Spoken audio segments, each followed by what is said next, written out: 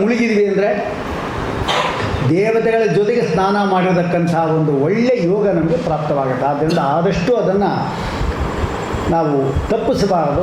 ವರ್ಷಕ್ಕೊಂದು ಸಾರಿ ಹೋಗಿ ಬರಬೇಕು.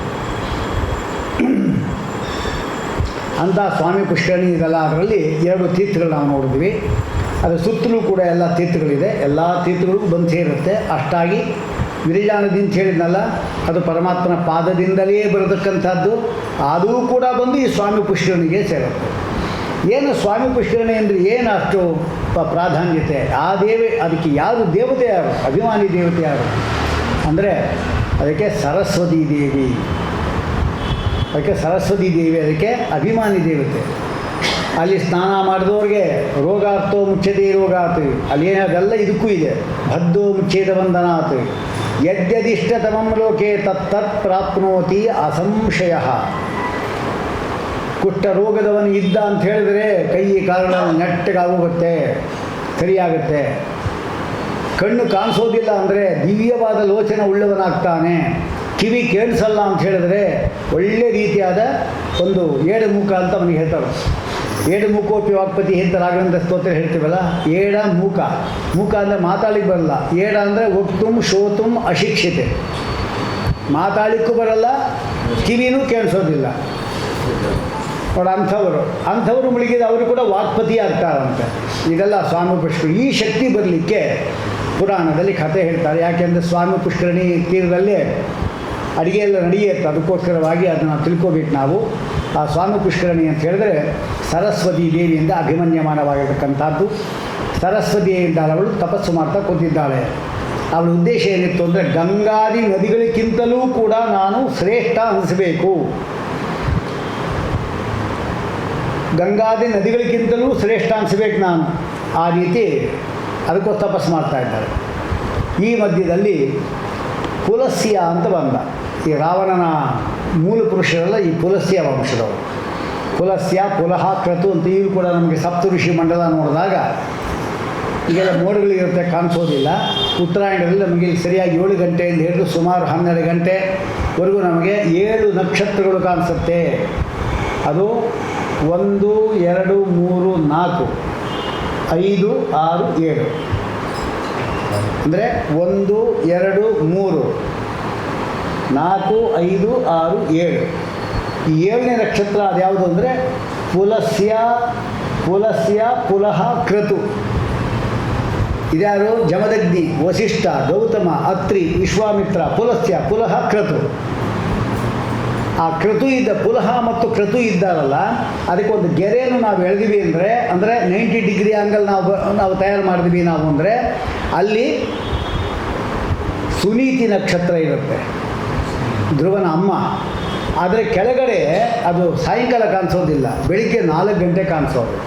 ಅಂದರೆ ಶರದ್ ಕಾಲ ಬರುತ್ತಲ್ಲ, ಆಟಮ್ ಸೀಸನ್ ಬರುತ್ತಲ್ಲ, ಎಲ್ಲ ಮೇಘಗಳು ಎಲ್ಲವೂ ಕೂಡ ಮಳೆಯನ್ನು ಸುರಿಸಿ ಸ್ವಚ್ಛವಾಗಿರುತ್ತೆ. ಆಗ ಚಂದ್ರ, ನಕ್ಷತ್ರಗಳು, ಗ್ರಹಗಳು, ತಾರೆಗಳು ಎಲ್ಲ ಕಾಣಿಸುತ್ತೆ. ಆಗ ಬೆಳಿಗ್ಗೆ ನಾವು 4 ಗಂಟೆಗೆ ಈ ದಿಕ್ಕಿನಲ್ಲಿ ನಾವು ನೋಡಿದ್ವಿ ಅಂದರೆ ಫಳ ಫಳ ಫಳ ಹೊಳಿತಾ ಇರುತ್ತೆ. ಅದು ಧ್ರುವ ನಕ್ಷತ್ರ. ಹಾಗಾದರೆ ಬಾಲದಿಂದ ಬಂತಲ್ಲ, ಈಗ 1, 2, 3, 4 ಅಂತ ಹೇಳಿದ್ನಲ್ಲ, ಹೀಗೆ ಬಂತಲ್ಲ. ಇದಕ್ಕೆ ನಾವು ಗೆರೆ ಎಳೆದುಬಿಟ್ರೆ ಅದೇನಾಗುತ್ತೆ, ಮಕ್ಕಳು ಗಾಳಿಪಟ ಹಾರಿಸ್ತಾರಲ್ಲ ಆ ರೀತಿ ಆಗುತ್ತೆ. ವಿಜಯಧ್ವಜ ತೀರ್ಥರು ಇದು ಶಕಟಾಕಾರ ಅಂತ ಬರೆದಿದ್ದಾರೆ. ಗಾಡಿಯಂತೆ ಇದೆ ಅಂತ ಬರೀತಾರೆ ಅವರು. ಅದು ಒಬ್ಬೊಬ್ಬರು ಒಂದು ರೀತಿ ಕಾಣಿಸಬಹುದು. ಅದರಲ್ಲಿ ಜಮದಗ್ನಿ ಮೊದಲನೆಯದು, 2ನೇದು ವಸಿಷ್ಠ ನಕ್ಷತ್ರ. ವಸಿಷ್ಠ ನಕ್ಷತ್ರದ ಮೇಲೆ ಸಣ್ಣದಾಗಿ ಇನ್ನೊಂದು ನಕ್ಷತ್ರ ಇದೆ, ಅದೇ ಅರುಂಧತಿ ನಕ್ಷತ್ರ. ಮದುವೆಯಲ್ಲಿ ನೋಡಬೇಕಾಗಿದ್ದು 12 ಗಂಟೆಯಲ್ಲಿ ಮದುವೆ ಮುಹೂರ್ತ ಇಟ್ಬಿಟ್ಟು ಅದನ್ನು ತೋರಿಸ್ತಾರೆ. ಅದು ಕೈ ಹಿಂಗೆ ಬೇರೆ ತೋರಿಸ್ತಾರೆ. ಅವನೇ ಪುರೋಹಿತನಿಗೆ ಸರಿಯಾಗಿ ಬುದ್ಧಿ ನೆಟ್ಟಗಿತ್ತು ಅಂದರೆ ಉತ್ತರ ದಿಕ್ಕು ತೋರಿಸ್ತಾನ ಅವನು, ಇಲ್ಲ ದಕ್ಷಿಣ ದಿಕ್ಕು ತೋರಿಸ್ತಾ ಅವನಿಗೆ. ಧ್ರುವ ನಕ್ಷತ್ರ ಎಲ್ಲದು ದಕ್ಷಿಣದಲ್ಲಿ ಬರುತ್ತಾ? ಇದೇ ಧ್ರುವ, ದಕ್ಷಿಣ ದಿಕ್ಕಿನಲ್ಲೂ ಧ್ರುವ ಇದೆ, ಅಲ್ಲೂ ಇದೆ, ಇಲ್ಲೂ ಇದೆ. ಆದರೆ ಇದು ನಿಜವಾದದ್ದು.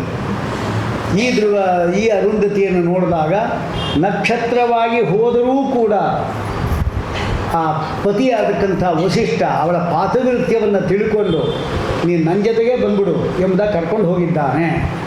ಬೇರೆ ಋಷಿಗಳೇನಿದ್ದಾರೆ ಅವರ ಪಾತಿವ್ರತ್ಯ ಎಂಬತಕ್ಕಂಥದ್ದು ಭಂಗ ಆಗಿದೆ. ಅದಕ್ಕೋಸ್ಕರವಾಗಿ ಅಂದರೆ ಬೇರೆಯವರ ಮನಸ್ಸನ್ನು ಮಾಡಿದ್ದಾರೋ ಅದಕ್ಕಾಗಿ ಅವ್ರು ಯಾರೂ ಅವ್ರ ಜೊತೆ ಕರ್ಕೊಂಡು ಹೋಗಲೇ ಇಲ್ಲ. ಆದ್ದರಿಂದ ನಾವು ಉಪಕರ್ಮ ಮಾಡುವಾಗಲೂ ಕೂಡ ದರ್ಬೆಗಳನ್ನು 7 ಇಟ್ಟಾಗ 8ನೇದಾಗಿ ವಸಿಷ್ಠರ ಪಕ್ಕದಲ್ಲಿ ಒಂದು ಗೋಟಡಿಕೆ ಇಟ್ಟು ಇದು ಅರುಂಧತಿ ಅಂತ ನಾವು ಪೂಜೆ ಮಾಡತಕ್ಕಂಥ ಕ್ರಮ ಬಂದಿದೆ ಅಂತ ಹೇಳಿದ್ರೆ ಅವಳೆಂಥವಳು ಅಂತ ಗೊತ್ತಾಯಿತು. ಇದು ಸಪ್ತಋಷಿ ಮಂಡಲ. ಸಪ್ತಋಷಿ ಮಂಡಲ ಯಾಕೆ ಬಂತು ಹೇಳಿದ್ದಲ್ಲ, ತಲೆ ಅಲ್ಲಾಡ್ತಾ ಇರೋದಲ್ಲ. ವಿಷಯ ನಾವು ಹೇಳ್ತಾ ಇರೋದೀಗ ಸರಸ್ವತಿ ತೀರ್ಥದ ವಿಷಯ ಹೇಳ್ತಾ ಇರೋದು. ಆ 7 ನಕ್ಷತ್ರಗಳು ಏನಿದೆ ಅದನ್ನು ತೋರಿಸಿದ್ರೆ ಸರಿ ಹೋಯ್ತದು. ಆದರೆ ಇಲ್ಲಿ ಆ ಸರಸ್ವತಿ ಇದ್ದಾಳಲ್ಲ ಅವಳು ಆ ನಕ್ಷತ್ರದಲ್ಲಿ ಪುಲಹ ಅಂತ ಹೇಳಿದ, ಪುಲಹ ಅಂತ ಹೇಳಿದ್ನಲ್ಲ, ಆ ಪುಲಸ್ತ್ಯ ವಂಶದವರು ವಿಶ್ವವತ್ಸ ಅಂತ. ಅವನ ಮಕ್ಕಳೇನೆ ರಾವಣ, ಕುಂಭಕರ್ಣ, ಶೂರ್ಪಣಿಕೆ ಅವರಲ್ಲ. ಅಂದರೆ ಆಯಿತು ಅವನು ಸರಸ್ವತಿ ಮಗ ವತ್ಸದ, ಬ್ರಹ್ಮದೇವರ ಮಕ್ಕಳಲ್ಲ ಇವರಲ್ಲ. ಆಗ ಅವನು ಬಂದ ಅವಳು ತಪಸ್ಸು ಮಾಡ್ತಾ ಕೂತಿದ್ದು. ನಾನು ಎದ್ದು ಬಂದಿದ್ದೆ, ಇಷ್ಟು ದೂರ ಬಂದಿದ್ದೇನೆ ನೀನು ನೋಡಲಿಕ್ಕೆ ಅಂತ ಕೂತೇ ಇದ್ದಿ ಅಂತ ತಾಯಿಗೆ ಜೋರು ಮಾಡ್ದ. ತಾಯಿ ಜೋರು ಮಾಡಿದ್ದು ಅಷ್ಟೇ ಅಲ್ಲ, ಆ ಅಮ್ಮಂಗೆ ಶಾಪನ ಕೊಟ್ಬಿಟ್ಟ. ಏನಂತ, ನೀನು ಏನು ತಪಸ್ಸು ಮಾಡಿತ್ತಮ್ಮ, ಯಾವ ಉದ್ದೇಶದಿಂದ ಮಾಡ್ತಾ ಇದ್ದೆ ಅದು ಕೈಗೂಡಲ್ಲ, ಹೋಗು ಅಂದ್ಬಿಟ್ಟ. ಅವಳಿಗೆ ಕೋಪ ಬಂತು. ಅಲ್ಲೋ ನಾನು ನಿಮ್ಮಮ್ಮ, ನೀನು ಎತ್ತಿ ಸಾಕಿ ದುಡ್ಡನ್ನು ಮಾಡಿದ್ದೇನೆ, ಈಗ ನಿನಗೆ ಗಟ್ಟಿ ಆದ ಕೂಡಲೇ ನೀನು ನನ್ನನ್ನು ತಿರಸ್ಕಾರ ಮಾಡೋದಾ? ನಿನ್ನ ವಂಶದಲ್ಲ ರಾಕ್ಷಸರು ಹುಟ್ಟಿ ಹೋಗು ಅಂತ ಅವಳು ಅಂದ್ಬಿಟ್ಟು. ಕೃತಿಯದು ಕಡೆಯದಿದೆಲ್ಲ ಕತೆ.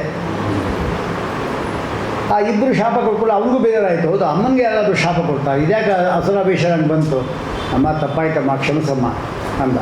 ಹೋಲಿ ಬಿಡಪ್ಪ, ನಾನು ಕೊಟ್ಟಿದ್ದು ನೀನು ಕೊಟ್ಟು ಸರಿಗೆ ಹೋಯ್ತು ಬಿಡು ಅಂಥೇಳಿ, ಬೇಜಾರು ಮಾಡ್ಕೋಬೇಡ, ನಿಮಗೆ ಒಬ್ಬನೇ ಒಬ್ಬನ ಮಗ ಹುಡ್ತಾರೆ. ಯಾರು? ವಿಭೀಷಣ. ಒಳ್ಳೆ ದೇವ್ರ ಭಕ್ತ ಆಗಿರ್ತಾರೆ. ಸಾಕಪ್ಪ, ಒಂದು ವಂಶದಲ್ಲಿ ಒಬ್ಬನು ಒಳ್ಳೆಯದು ಹುಟ್ಟಿದ್ರೆ ಸಾಕಲ್ಲ ಅಂತ ನಮಸ್ಕಾರ ಮಾಡಿ ಹೋದ. ಇಲ್ಲಿ ಪುನಃ ತಪಸ್ಸು ಶುರು ಮಾಡಿಲ್ಲ. ಪರಮಾತ್ಮ ಪ್ರತ್ಯಕ್ಷನಾದ. ಏನಮ್ಮ ತಪಸ್ಸು ಮಾಡ್ತಾ ಇದ್ದೀಲ್ಲ? ಗಂಗಾದಿ ನದಿಗಳಿಗಿಂತಲೂ ಶ್ರೇಷ್ಠ ಆಗಬೇಕು ಅಂದು. ಆ ಬ್ರಾಹ್ಮಣ ಶಾಪ ಕೊಟ್ಟಾಯ್ತು ಇಲ್ಲೋ, ಅವನು ಕೊಟ್ಟರು ಒಂದೇ, ನಾನು ಕೊಟ್ಟರು ಒಂದೇ. ಯಾಕೆಂದರೆ ನನ್ನ ಬಾಯಿಂದಲೇ ಹುಟ್ಟಿದವರು ಇವರೆಲ್ಲ. ಅದಕ್ಕೆ ಯಾವತ್ತೂ ಕೂಡ ಬ್ರಾಹ್ಮಣರ ಬಾಯಿಂದ ಶಾಪ ತಗೋಬಾರದು. ಅದು ಉಪಕಾರ ಮಾಡಿರತಕ್ಕಂಥ ವ್ಯಕ್ತಿಯ ಶಾಪ ತೆಗೆದುಕೊಂಡ ಅವನು ಅಂತ ಹೇಳಿದ್ರೆ 7 ಜನ್ಮ ವಿದ್ಯೆ ಬರೋದಿಲ್ಲ. ಹುಷಾರೇ ಇರಬೇಕು. ಬರುತ್ತೆ ವಿದ್ಯೆ, ಆದರೆ ಕೆಲಸಕ್ಕೆ ಬರಲೇ ಇರಬೇಕು. ಬ್ರಹ್ಮವಿದ್ಯೆಗೂ ಖಂಡಿತ ಬರೋದಿಲ್ಲ. 7 ಜನ್ಮ ಹೀಗೆ ಹೋಯ್ತಾ? ಅದಕ್ಕೋಸ್ಕರವಾಗಿ ಹುಷಾರಾಗಿರಬೇಕು. ಅಂತೂ ಶಾಪ ಕೊಟ್ಟರು, ಆಯಿತು. ಪರಮಾತ್ಮ ಹಿಂಗೆ ಹೇಳಿದುಕೊಳ್ಳೆ ಮತ್ತು ಹಾಗಾದ್ರೆ ನಾನು ತಪಸ್ಸು ಮಾಡಿದ್ದು ವ್ಯರ್ಥನ, ಇಷ್ಟೊತ್ತು ಮಾಡಿದ್ದು ಅಂತ ಕೇಳಿ. ಹಾಗೆ ಹೇಳ್ತಾನೆ, ನಿನ್ನ ತಪಸ್ಸು ಯಾವತ್ತೂ ವ್ಯರ್ಥ ಆಗೋದಿಲ್ಲ. ಅವನು ಶಾಪ ಕೊಟ್ಟಿದ್ದೇನು? ಗಂಗಾದಿ ನದಿಗಳೇನಿದೆ ಅದಕ್ಕಿಂತ ನೀನು ಉತ್ತಮ ಆಗೋದಿಲ್ಲ ಅಂತ ಅಷ್ಟೇ ಹೇಳಿದ್ದು. ಆದರೆ ಎಲ್ಲ ಪುಷ್ಕರಣಿಗಳಿದಲ್ಲ, ಅದಕ್ಕೆ ಉತ್ತಮ ಆಗಲ್ಲ ಅಂತ ಅವನೇನು ಶಾಪ ಕೊಟ್ಟಿಲ್ವಲ್ಲ.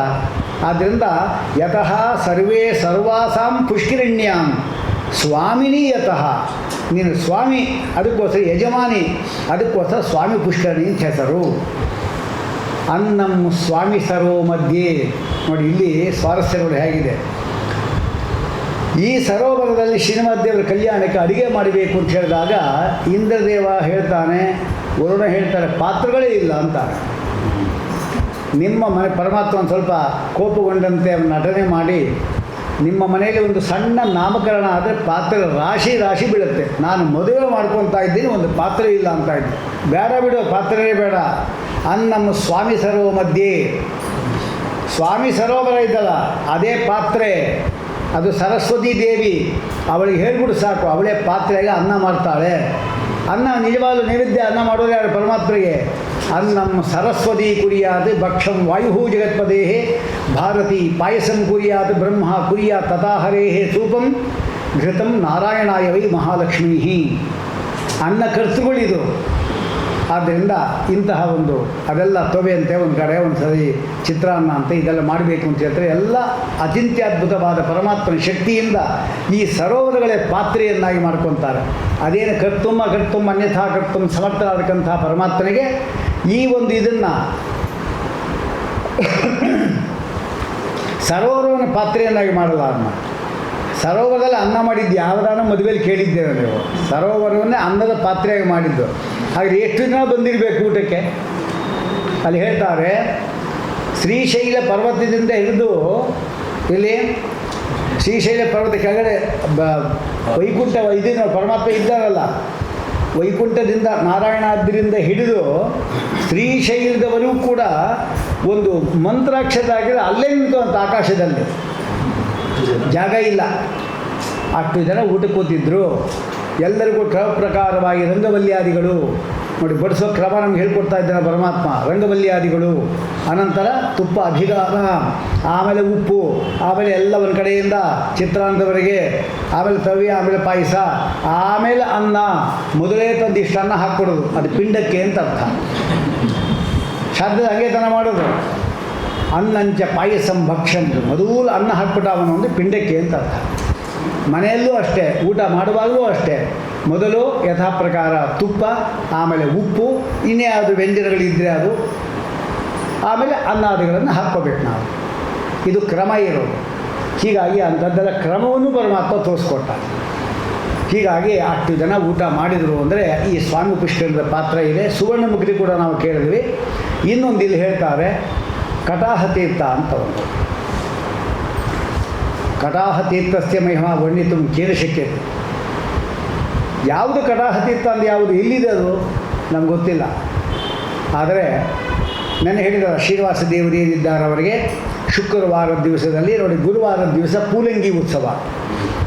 ಪೂಲಂಗಿ ಉತ್ಸವ ಅಂದರೆ ಏನು? ಪೂಲು ಅಂಗಿ, ಹೂಗಳಿಂದ ಅಂಗಿ ಮಾಡಿಬಿಡ್ತಾರೆ. ಇಷ್ಟತ್ರ ಇರೋ ಇಷ್ಟೇ ಇಷ್ಟು ಕಾಣ್ತಾನೆ ಹುಡುಗ, ಕಾಣ್ತಾನೆ. ಏನು ಇಷ್ಟತ್ರ ಇದ್ದಲ್ಲಿ ಹಿಂಗಿದ್ದಾನೆ ಅಂದರೆ ಅದೆಲ್ಲ ನಮ್ಮ ದೃಷ್ಟಿ. ಅವನಿರೋದು 9 ಅಡಿನೇ. ನಮ್ಮ ದೃಷ್ಟಿ ಏನಾಗಿದೆ ಹಾಗಾಗಿದೆ. ನಮ್ಮ ಮನಸ್ಸು ದೊಡ್ಡದಾದಷ್ಟು ದೊಡ್ಡದು ದರ್ಶನ ಕೊಡ್ತಾನೆ. ಮನಸ್ಸು ಚಿಕ್ಕದಾಗಿತ್ತು ಅಂದರೆ ಅಷ್ಟೇ ದರ್ಶನ ಕೊಡ್ತಾನೆ. ನೋಡಿ, ನೀವು ಪರೀಕ್ಷೆ ಮಾಡಿ ಹೋಗಿ, 1 ವಾರ ಕಂಟಿನ್ಯೂಸ್ ಆಗಿ ಹೋಗಿ ಟಿಕೆಟ್ ಎಲ್ಲ ಮಾಡಿಕೊಂಡು, ಒಂದೊಂದು ದಿವಸ ಒಂದೊಂದು ಟಿಕೆಟ್ ಮಾಡಿಕೊಂಡು 1 ವಾರ ಕಂಟಿನ್ಯೂಸ್ ಆಗಿ ಹೋಗಿ ಆ ಶ್ರೀನಿವಾಸ ದೇವರು ನೋಡಿ. 1 ದಿವಸ ಕೊಟ್ಟ ದರ್ಶನ ಇನ್ನೊಂದು ದಿವಸ ಕೊಡೋಲ್ಲ. ಒಬ್ಬ ವ್ಯಕ್ತಿ ಗೋಪಾಲಕೃಷ್ಣ ಅಂತಿದ್ದಪ್ಪ, ಅವನು ರೀಸೆಂಟಾಗಿ ಅವನು ಹೋದ. ಅವನು ಸುಮಾರು 1136 ವಾರಗಳು ಅವನು ಶ್ರೀನಿವಾಸ ದೇವರ ದರ್ಶನ ಮಾಡಿ ಬಿಡದ ಹಾಗೆ